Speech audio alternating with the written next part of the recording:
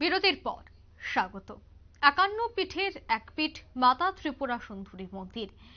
আর শুক্রবার দেখা গেছে ত্রিপুরা যুব মোর্চার রাজ্য সভাপতি তথা বিশালগড় বিধানসভা কেন্দ্রের বিধায়ক সুশান্ত দেব বিশালগড় বিধানসভা কেন্দ্রের সমস্ত প্রবীণ নাগরিকদের নিয়ে আসেন ত্রিপুরা সুন্দরী মন্দিরে।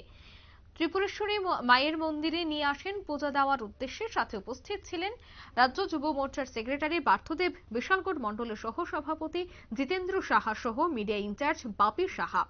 এদিন বক্তব্য রাখতে গিয়ে রাজ্য যুব মোর্চার সভাপতি তথা বিধায়ক সুশান্ত দেব জানান, বরাবরই তিনি বিশালগড় বিধানসভা কেন্দ্রের সকল মানুষের যেন মঙ্গল হয় তার জন্য তিনি সবসময় প্রার্থনা করেন। তাই আজ বিশালগড় বিধানসভা কেন্দ্রের প্রবীণ নাগরিকদের ত্রিপুরেশ্বরী মায়ের মন্দিরে দর্শনের জন্য নিয়ে আসেন। যুব বিধায়কের এই ধরনের উদ্যোগে খুশি বিশালগড় বিধানসভা কেন্দ্রের বৃদ্ধ প্রবীণ নাগরিকরা। কি বলছেন তিনি সংবাদ মাধ্যমের মুখোমুখি হয়ে শোনাবো। কিসের উদ্যোগে বিশালগড়ের সমস্ত বয়োজ্যেষ্ঠদের নিয়ে ত্রিপুরেশ্বরী মায়ের মন্দিরে পরিদর্শন? উদ্দেশ্য কোনো সেরকম কিছু না। উদ্দেশ্য হলো অনেকদিন যাবত ইচ্ছে ছিল বিশালগড়ের সমস্ত বয়োজ্যেষ্ঠ ব্যক্তিদেরকে নিয়ে মায়ের কাছে আসব, মায়ের কাছে প্রার্থনা করব বিশালগড়বাসীর যেন সকলের মঙ্গল হয়।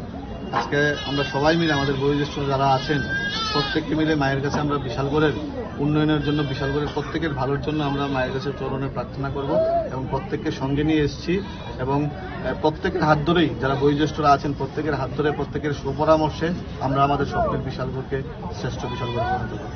কতজন উপস্থিত আছেন এখানে? মূলত এখানে প্রায় আজকে ২৫০-র অধিক আমাদের বয়োজ্যেষ্ঠ ব্যক্তিত্বরা উপস্থিত আছে।